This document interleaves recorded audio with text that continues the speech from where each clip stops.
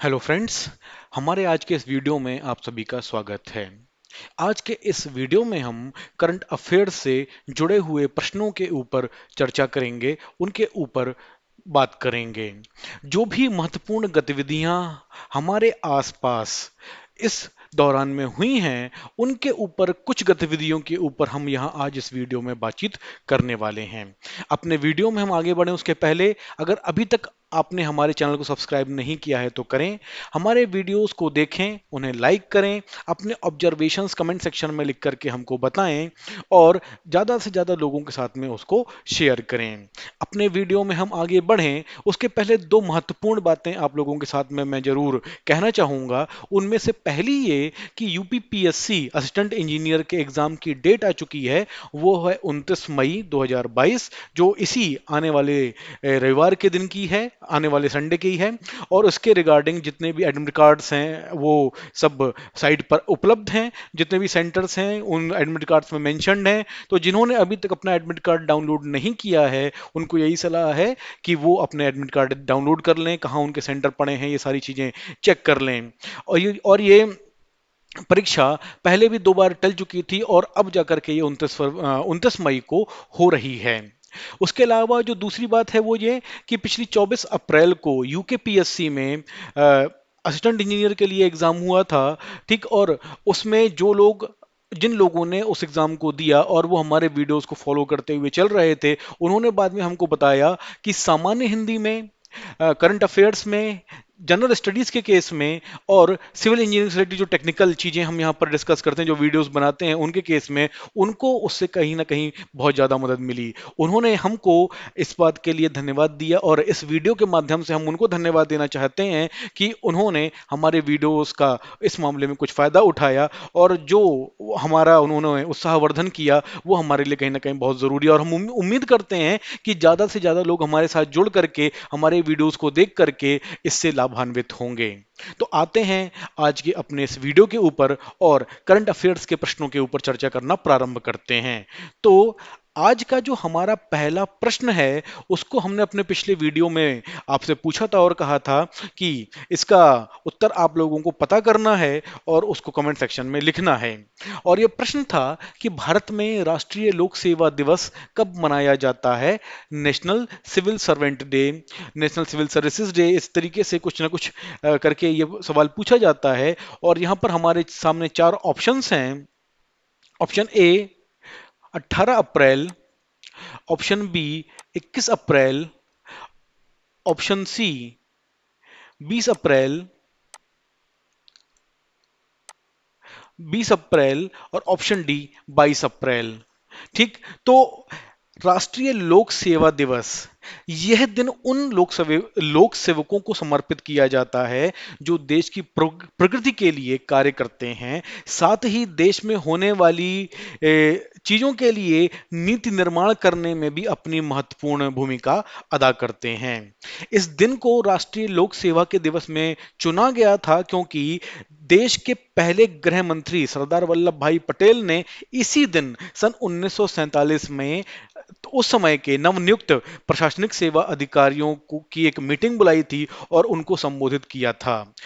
जो ये कार्यक्रम था सन 1947 में, वो दिल्ली के मेटकाफ हाउस में आयोजित किया गया था और उस समय उन्होंने लोक सेवकों को स्टील फ्रेम ऑफ इंडिया कह करके सम्मानित किया था। स्टील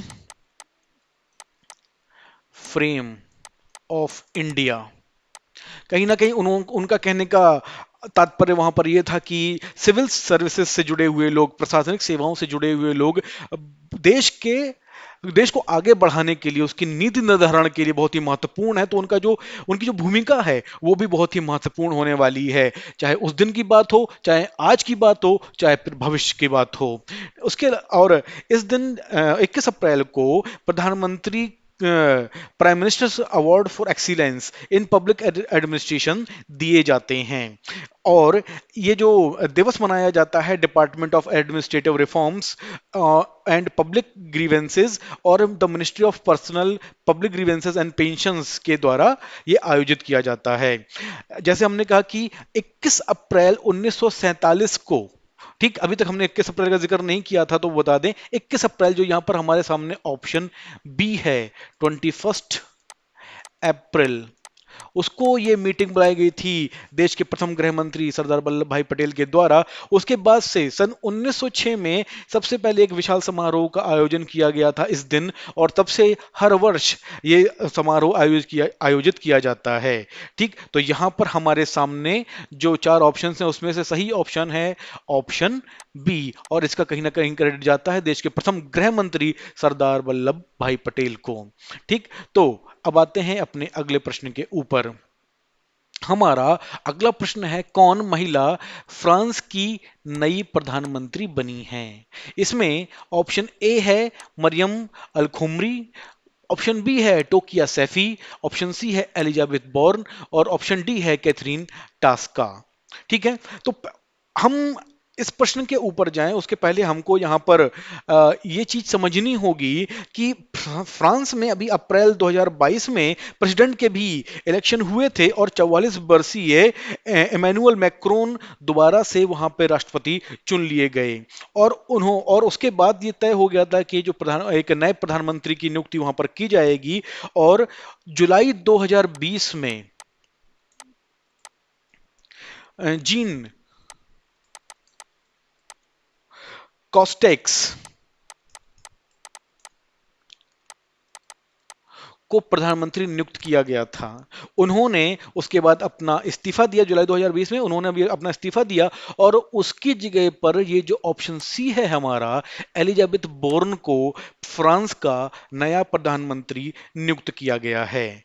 पिछले 30 साल में वो फ्रांस की दूसरी महिला प्रधानमंत्री, और अगर हम बात कहें कि दूसरे विश्व युद्ध के बाद से, सेकेंड वर्ल्ड वॉर के बाद से, वो फ्रांस की दूसरी second women to serve as prime minister. ठीक है, वो दूसरी वैसी महिला है जो फ्रांस की प्रधानमंत्री बनी हैं। उसके पहले एडिथ केंसन का नाम आता था, ठीक, जिन्होंने सन 1991-92 में फ्रांस के प्रधानमंत्री के तौर पर काम किया था। एलिजाबेथ बोर्न एक सिविल इंजीनियर हैं, और उसके पहले उन्होंने as a minister of environment, transportation और लेबर के तौर पर काम किया हुआ है। अब अगर कोई पूछे कि जीन कॉस्टेक्स को क्यों हटाया गया या फिर एलिजाबेथ बोर्न को क्यों अपॉइंट किया गया, तो उसके पीछे की कोई वजह नहीं है। वहां पर एक तरीके का चलन है कि अगर एक राष्ट्रपति चाहे तो अपने कार्यकाल में एक से ज्यादा प्रधानमंत्री रख सकता है, तो कहीं ना कहीं ये जो नियुक्ति हुई है उसी की वजह से यहां पर हुई है। और यहां पर जो हमारा सही ऑप्शन आता है वो है ऑप्शन सी, एलिजाबेथ बॉर्न। अब आते हैं अपने अगले प्रश्न के ऊपर। किस राज्य में भारत के पहले अमृत सरोवर का उद्घाटन किया गया है? Option A Punjab, option B Uttar Pradesh, option C Rajasthan, या ऑप्शन डी हरियाणा। तो पहले तो हमको इसका बैकग्राउंड समझना है।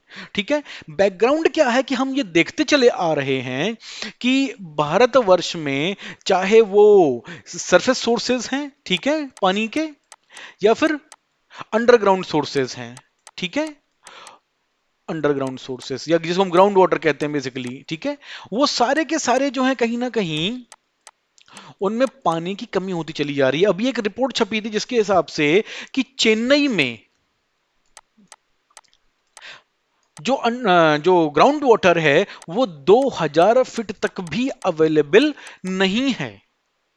ठीक, तो जब हम इस अमृत सरोवर परियोजना के बारे में बात करें तो उसमें क्या किया जाना था कि आजादी का अमृत महोत्सव, ठीक है, ये एक स्कीम चलाई गई है, ठीक है, आजादी का, मैं इसको भी हिंदी में लिख देता हूं यहां पर, का अमृत महोत्सव, इसके अंतर्गत, ठीक है, आजादी, ठीक है, इसके अंतर्गत हर डिस्ट्रिक्ट में, उत्तर प्रदेश के, अभी हम उत्तर प्रदेश के बारे में बात कर रहे हैं और यहां पर जो सही ऑप्शन आता है वो भी ऑप्शन बी हो जाता है, उत्तर प्रदेश। ठीक है, उत्तर प्रदेश के हर शहर में 75 वाटर बॉडीज हैं जिनको हमको डेवलप करना है, ठीक है, उनको रिजनरेट करना है, मतलब उसमें पानी दोबारा से आए, ठीक है, इस इस चीज के ऊपर काम करना है। तो इसी बात को ध्यान में रखते हुए केंद्रीय मंत्री श्री मुख्तार अब्बास नकवी ने भारत के पहले अमृत सरोवर का उद्घाटन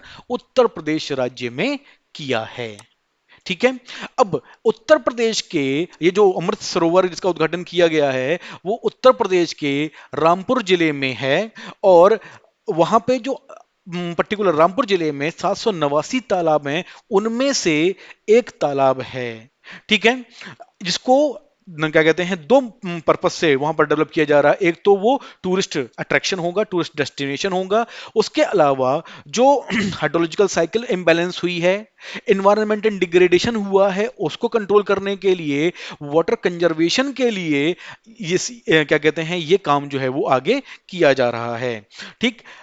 रामपुर जिले के और जो ग्राम पंचायत है वो रामपुर जिले में पटवाई नाम से है। ठीक। और इसके साथ ही ये जो उद्घाटन किया गया है 13 मई 2022 को किया गया है। और इसके साथ ही ग्राम पंचायत सिंगनखेड़ा में भी एक और अमृत सरोवर को विकसित करने का कार्यक्रम प्रारंभ कर दिया गया है।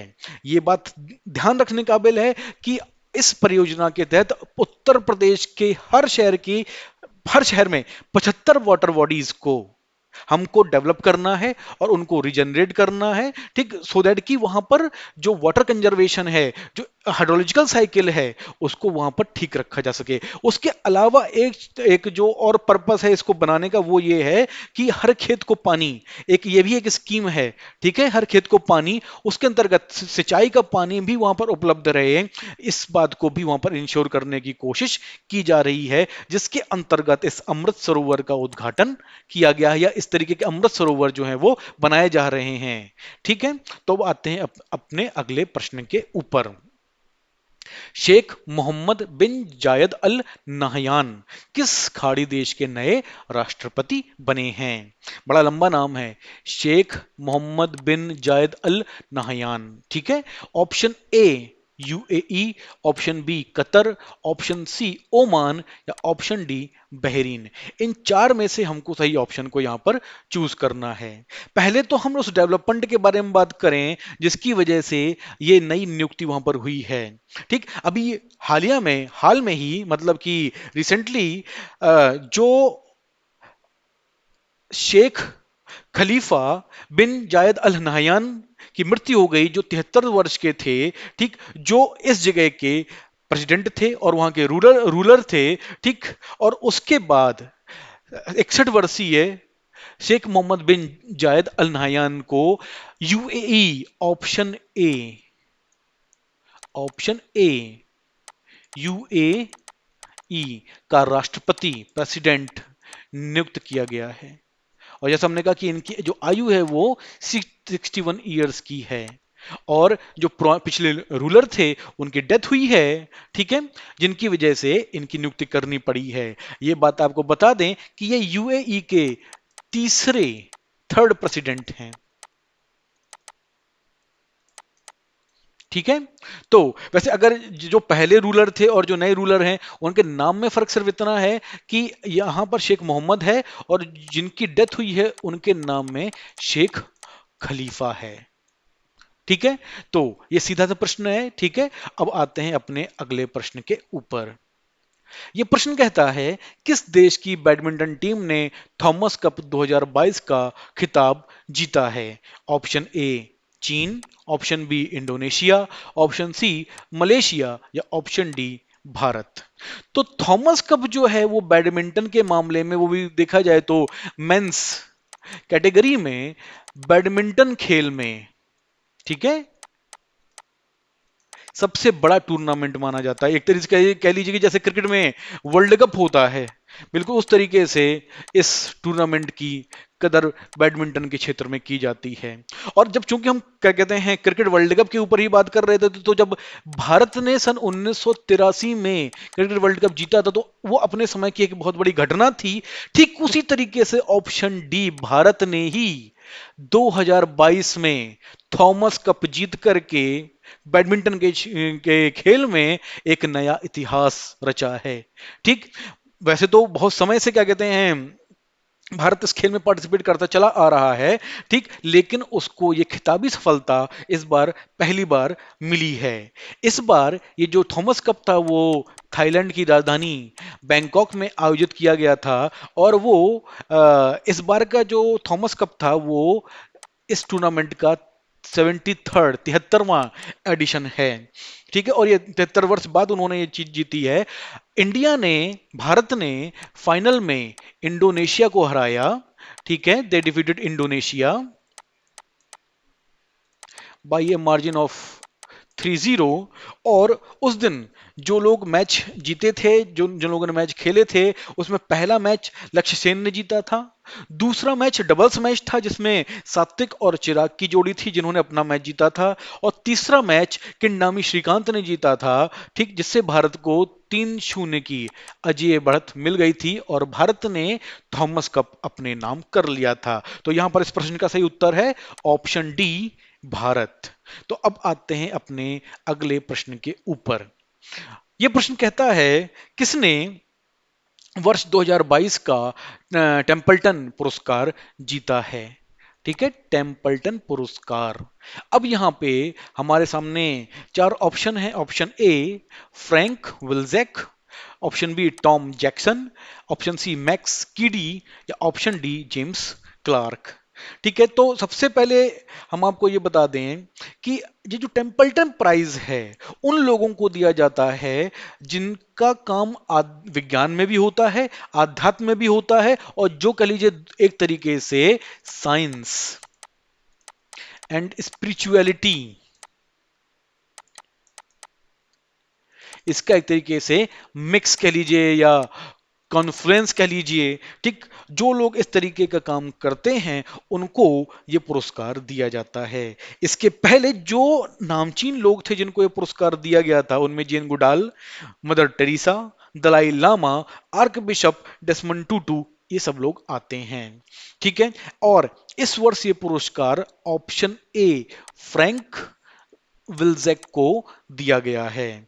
फ्रैंक विल्जेक पहले ही नोबेल प्राइज से सम्मानित हैं और उनका जो काम है सैद्धांतिक भौतिक विज्ञान और प्रकृति के मूलभूत नियमों की व्याख्या करने का रहा है। इसके अलावा वो एक प्रसिद्ध लेखक भी हैं जिनकी जो रचना है कहीं ना कहीं जिनका जो लेखन है वो इसी कार्य क्षेत्र में रहता है। तो इस प्रश्न का सही उत्तर होता है हमारा ऑप्शन ए फ्रैंक विल्जेक। अब आते हैं अपने अगले प्रश्न के ऊपर। कौन फ्रांस की फैशन कंपनी लुइस वीटन की पहली भारतीय ब्रांड एम्बेसडर बनी हैं? इनमें ऑप्शन ए है Anushka Sharma, option B Deepika Padukone, option C Alia Bhatt, या ऑप्शन डी कंगना रनाउत। तो पहले तो हम ये बता दें, और यहाँ कहीं ना कहीं मेंशन ही है कि जो लुइस वीटन है वो फ्रांस की फैशन कंपनी है और इन्होंने भारत की मशहूर अभिनेत्री ऑप्शन बी दीपिका पादुकोण को अपना अपना पहला भारतीय ब्रांड एम्बेसडर बनाया है, नियुक्त किया है। और दीपिका डोबाइन बैग के लिए लुइस वुइटन के नए कलेक्शन का हिस्सा बनी हैं। तो यहाँ पर ये सीधा सा प्रश्न है, इसमें ज्यादा कुछ डिस्कशन की रिक्वायरमेंट नहीं है। तो इसका आंसर है हमारा ऑप्शन बी दीपिका पादुकोण। अब आते हैं अपने अगले प्रश्न के ऊपर। और ये जो घटनाक्रम है, ये जो एक्टिविटी है वो अभी बहुत ही रिसेंटली हुई है जिसके बारे में हम सभी को जानना जरूरी है, क्योंकि इस तरीके के जो क्वेश्चंस हैं वो डायरेक्ट मतलब जल्दी हुए होते हैं और डायरेक्ट पूछे जाने के कई बार आसार होते हैं। और यह प्रश्न कहता है कि भारत के नए मुख्य चुनाव आयुक्त कौन बने हैं, किसको नियुक्त किया गया है? ऑप्शन ए है अविचल चतुर्वेदी, ऑप्शन बी है राजीव कुमार, ऑप्शन सी है कल्पेश निगम, या ऑप्शन डी है जीशान मोहम्मद। तो ये बात यहां पर बताने वाली है कि इस प्रश्न का सही उत्तर है कि राष्ट्रपति श्री रामनाथ कोविंद जी ने 1984 बैच के IAS officer option B Shri Rajiv Kumar ji को चीफ इलेक्शन कमिश्नर, मुख्य चुनाव आयुक्त नियुक्त किया है। ठीक, और वो श्री सुशील चंद्रा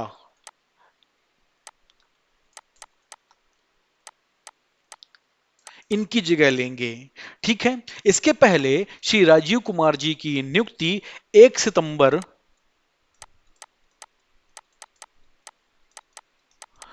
2020 को चुनाव आयोग में आयुक्त के तौर पर हुई थी। अब वो मुख्य चुनाव आयुक्त बना दिए गए हैं, नियुक्त कर दिए गए हैं। तो इस प्रश्न का सही उत्तर होता है हमारा ऑप्शन बी, श्री राजीव कुमार। अब आते हैं अपने अगले प्रश्न के ऊपर। और यह प्रश्न कहता है किस शहर में भारत का पहला बायोगैस से चलने वाला ईवी चार्जिंग स्टेशन शुरू हुआ है। ऑप्शन ए है हमारे सामने जोधपुर, ऑप्शन बी है गुरुग्राम या गुड़गांव, ऑप्शन सी है मुंबई और ऑप्शन डी है देहरादून। ठीक है। तो ईवी, इलेक्ट्रिकल व्हीकल्स, ठीक है, और उसकी चार्जिंग कहीं ना कहीं सबसे ज्यादा जरूरी है, उसकी बैटरी की चार्जिंग। ठीक है। तो इसके लिए पहला बायोगैस मतलब कि जो बायोडिग्रेडेबल वेस्ट है उससे, या कह लीजिए जो घरेलू कचरा है, डोमेस्टिक वेस्ट निकलता है, उससे जो गैस निकलेगी उससे चलने वाला चार्जिंग स्टेशन, इसको मुंबई, ऑप्शन सी, ठीक है, वहां पर हाजी अली के पास स्थापित किया गया है। और यह station BMC, Bombay municipal corporation और एरोकेयर द्वारा संयुक्त रूप से शुरू किया गया है। और इस चार्जिंग स्टेशन में घरेलू कचरे या डोमेस्टिक वेस्ट से 220 यूनिट ऊर्जा का उत्पादन होगा, ऐसा उम्मीद की जा रही है, ऐसी लोगों की उससे एक्सपेक्टेशन है। ठीक, जिससे जो कन्वेंशनल सोर्सेज थे उनके ऊपर जो है लोड कम होने के आसार हैं, और जो कहना चाहिए नॉन कन्वेंशनल एनर्जी है, जो क्या कहते हैं वेस्ट है, उसमें से निकलने वाली जो दिक्कत तलब गैसेस हैं, जिसको जो कहीं ना कहीं बायोगैस का फॉर्म लेती हैं, ठीक, उसको यूज किया जाएगा प्रोडक्टिविटी के साथ में। ठीक है। एक कहना चाहिए जो कार्बन एमिजन है उसको कंट्रोल करके, कह लीजिए क्या कहते हैं, जो इन्वायरमेंट कंजर्वेशन का जो पार्ट है उसको ध्यान में रखते हुए। तो यहां पर जो हमारा सही उत्तर है मुंबई, और अगर कोई जगह का नाम पूछना चाहे तो हाजी अली के पास में। ठीक है। इस बात को हमको यहां पर ध्यान में रखना है। अब आते हैं अपने अगले प्रश्न के ऊपर। ये प्रश्न स्पोर्ट्स से रिलेटेड है, खेलों से रिलेटेड है, और ये कह रहा है कि किस टेनिस खिलाड़ी ने मैड्रिड ओपन 2022 में पुरुष एकल का खिताब जीता है।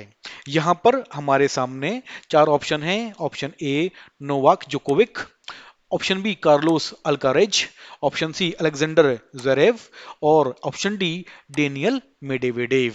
ठीक है। तो मैड्रिड ओपन में का जो खिताब है वो ऑप्शन बी कार्लोस अल्कारेज ने जीता है। ठीक, और उन्होंने फाइनल में, यहां पर जो ऑप्शन सी में नाम लिखा हुआ है अलेक्जेंडर ज़वेरेव, उन्हीं को 6-3, 6-1 से सीधे सेटों में हराया था। इस साल में ये कार्लोस अल्कारेज का फोर्थ एटीपी टाइटल है। ठीक है। और इसके पहले उन्होंने मियामी, रियो डी जेनेरो और बार्सिलोना में भी खिताबी जीत हासिल कर रखी है, और उसी क्रम में मैड्रिड ओपन जो है उनका चौथा खिताब है। अब आते हैं, तो इस प्रश्न का सही उत्तर हो जाता है ऑप्शन बी कार्लोस अल्कारेज। और हम आ जाते हैं अपने अगले प्रश्न के ऊपर। किस भारतीय पत्रकार को मरणोपरांत पुलित्जर पुरस्कार 2022 मिला है। ये एक बहुत ही कहना चाहिए बर्निंग क्वेश्चन है, और जो कहीं ना कहीं पिछले दिनों की जो एक बहुत बड़ी गतिविधि हुई थी, एक बहुत बड़ा उलटफेर हुआ था, ठीक है, हमारे एक पड़ोसी देश के साथ में, उससे कहीं ना कहीं संबंधित है। तो यहां पर हमारे सामने चार ऑप्शन हैं। Rohit Sardana option A, option B Radhakrishna Muralidhar, option C Danish Siddiqui या ऑप्शन डी अंजन बंदोपाध्याय। ठीक है। तो अ, सबसे पहले तो पुलित्जर प्राइज जो है वो पत्रकारिता और कला के क्षेत्र में योगदान के लिए दिया जाता है। ठीक है। इस बात को हमको ध्यान में रखना है। और इस साल जो लिस्ट आई उसमें भारत के अदनान अबीदी, सना इरशाद मट्टू, अमित दवे, इनका नाम शामिल था। ठीक। और जिसको मरणोपरांत पुलित्जर प्राइज मिला है वो है option C Danish Siddiqui. Danish Siddiqui Reuters के लिए काम करते थे, ठीक, और इन जिनकी मृत्यु तालिबान और अफगान सेना के संघर्ष के दौरान हो गई थी। और जैसे हमने कहा कि एक बड़ा उलटफेर हुआ था एक तरीके से, हम सबको ये लग रहा था कि अफगानिस्तान में तालिबान बिल्कुल साइडलाइन हो चुका है और उसका जो कहते हैं एग्जिस्टेंस है वो खत्म हो चुका है, लेकिन all of a sudden within a week, और कह लीजिए विद इन 15 डेज, पूरे अफगानिस्तान पे तालिबान का कब्जा होता है। और उसी दौरान ये जो दानिश सिद्दीकी थे उनकी डेथ हो गई थी, और उसके लिए उनको मरणोपरांत पुलित्जर पुरस्कार से सम्मानित किया गया है। तो अब आते हैं अपने अगले प्रश्न के ऊपर। ये प्रश्न कहता है, किस राज्य की सरकार ने जेल में बंद कैदियों के लिए जिव्हाला नामक ऋण योजना शुरू की है? Option A Rajasthan, option B Chhattisgarh, option C Uttarakhand, या ऑप्शन डी महाराष्ट्र। ठीक है, अभी जो ये योजना है वो एक तरीके की पेशकश के तौर पर है, जिसकी पेशकश महाराष्ट्र राज्य सरकारी सहकारी बैंक कर रहा है। ठीक, तो महाराष्ट्र का नाम आ गया, तो ऑप्शन डी महाराष्ट्र इस प्रश्न का सही उत्तर है। ठीक है, और ये अपने तरीके की पहली ऋण योजना जिसको जिसको चलाने की पेशकश की जा रही है। ठीक, इससे कहना चाहिए जो कैदी हैं उनसे और कुछ प्रोडक्टिव आउटपुट लिया जा सके, ऐसी कोशिश की जा रही है। तो अब आते हैं अपने अगले प्रश्न के ऊपर, और ये प्रश्न कहता है, किसे वर्ष 2022 का विश्व खाद्य पुरस्कार मिला है? ऑप्शन ए जेनेथी एक्सेला, option B Tony Robinson, option C रिपा हेजलवुड, या option D Cynthia Rosenzweig. ठीक है, तो पहली चीज तो विश्व खाद्य पुरस्कार अपने आप में एक बहुत ही प्रतिष्ठित पुरस्कार है, जिसको हम एक तरीके से खाद्य और कृषि के मामले में नोबेल प्राइज के बराबर मान सकते हैं।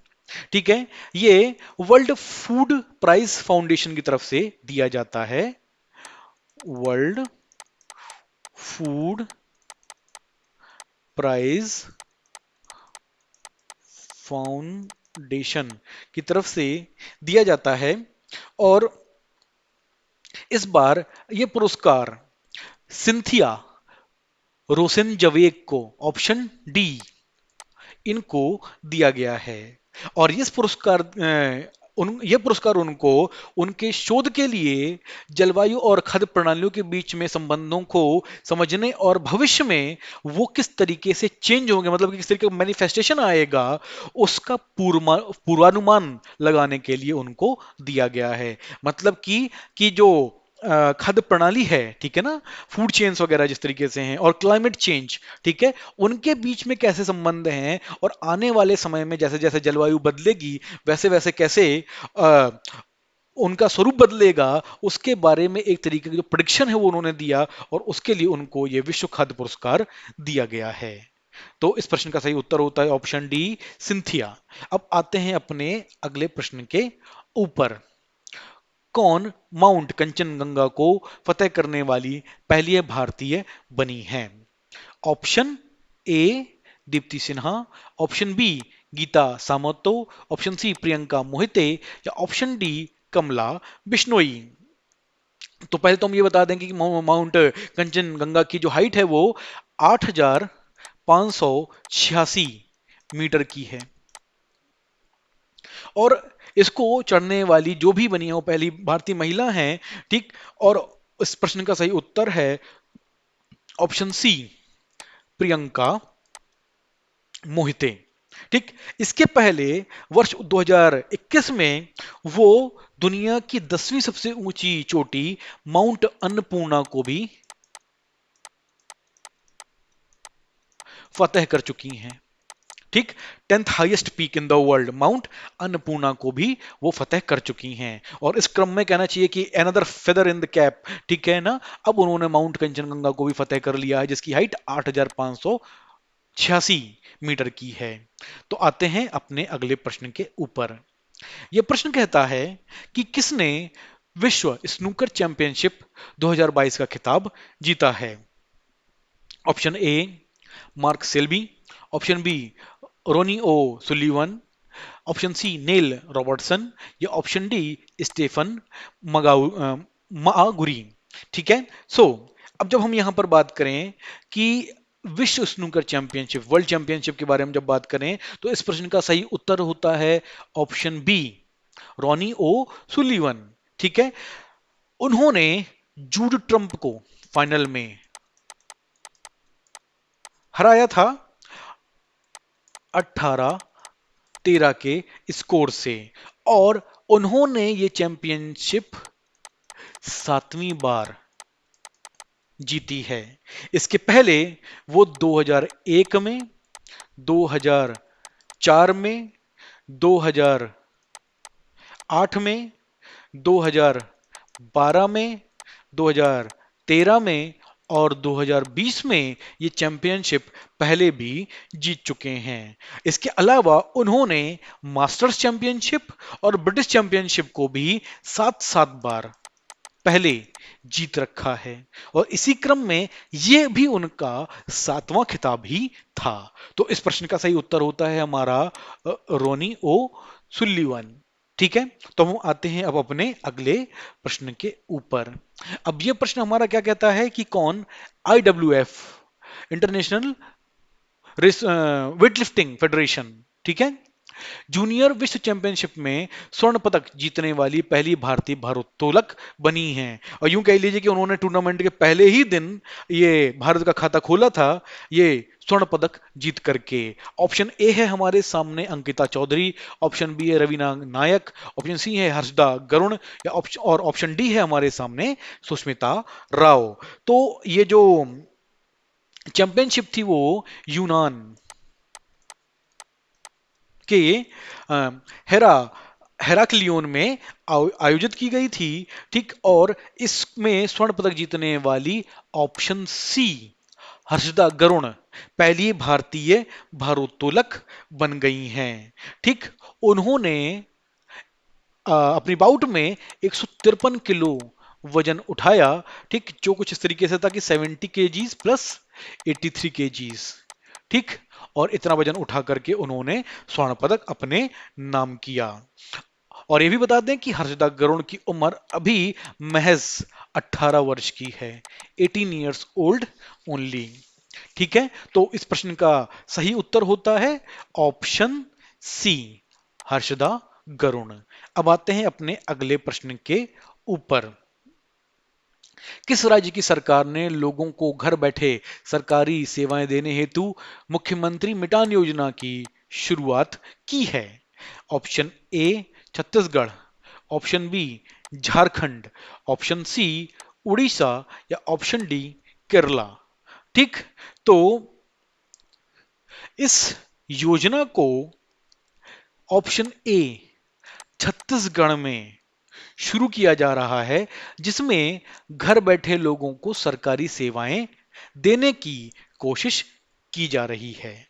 और छत्तीसगढ़ के 14 निगमों में, ठीक है, इस योजना को एज अ पायलट प्रोजेक्ट शुरू किया जा चुका है, और बाद में पूरे प्रदेश में इसको लागू किए जाने की योजना है। ठीक। तो इस प्रश्न का सही उत्तर होता है हमारा ऑप्शन ए छत्तीसगढ़। तो अब आते हैं अपने अगले प्रश्न के ऊपर। और यह प्रश्न कहता है वर्ष 2022 की विश्व प्रेस स्वतंत्रता सूचकांक में भारत को कौन सा स्थान मिला है? ठीक है। ऑप्शन ए 133वां, ऑप्शन बी 139वां, ऑप्शन सी 147वां, या ऑप्शन डी 150वां। पहले तो हम ये बता दें कि ये जो सूचकांक है, इंडेक्स है, वो रिपोर्टर्स विदाउट बॉर्डर्स, जिसको हम शॉर्ट फॉर्म में RSF बोलते हैं, ठीक है, उसके द्वारा जारी किया जाता है, जिसमें वो 180 देशों के लिए सूची तैयार करते हैं। और इस सूची में भारत को इस बार 150वां स्थान प्राप्त हुआ है, जो पिछले वर्ष 142वां था। ठीक, तो मतलब कि 8 स्थान की गिरावट है यहां पर। और जब हम अपने पड़ोसी देशों के बारे में बात करें तो इसी क्रम में जो पाकिस्तान का नंबर है वो है 157वां। श्रीलंका का नंबर है 146वां, 146। ठीक है, बांग्लादेश का नंबर है, बीडी करके इसको भी लिख देते हैं यहां पे बांग्लादेश को, उसका नंबर है 162nd, 162वां। और म्यांमार का नंबर है 176वां। ठीक, 176।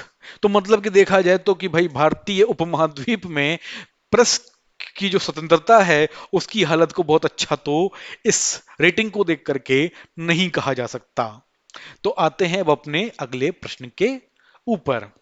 अब यह प्रश्न कहता है, जीन बैंक परियोजना स्थापित करने वाला भारत का पहला राज्य कौन बना है? Option A Rajasthan, option B Gujarat, option C Maharashtra, option D Orissa. ठीक, तो पहले तो ये बता दें कि जो योजना है वो देशी और लुप्त प्राय जानवरों को, फसलों को, समुद्री और जैविक प्रजातियों को बचाने के लिए, उनके संरक्षण के लिए ये जीन बैंक परियोजना की शुरुआत की गई है। इस परियोजना को महाराष्ट्र राज्य विविधता बोर्ड, जिसको हम शॉर्ट में MSBB कहते हैं, उसके द्वारा लागू किया जाएगा।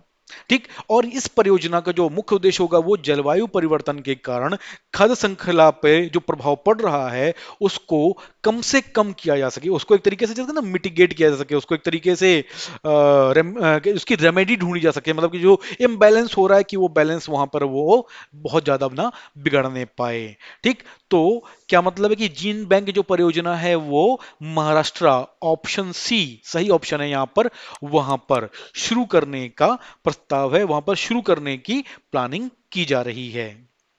अब आते हैं अपने अगले प्रश्न के ऊपर। इस प्रश्न का उत्तर भी आप लोगों को कमेंट सेक्शन में लिख करके ही बताना है। और यह प्रश्न कहीं ना कहीं एक बहुत ही महत्वपूर्ण प्रश्न है।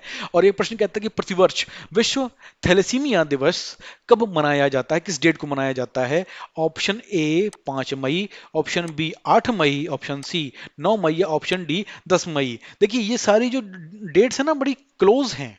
ठीक है ना, तो अगर इसमें सही सही बिल्कुल जवाब नहीं पता होगा तो इसमें गलत होने के चांसेस बहुत ज्यादा हैं।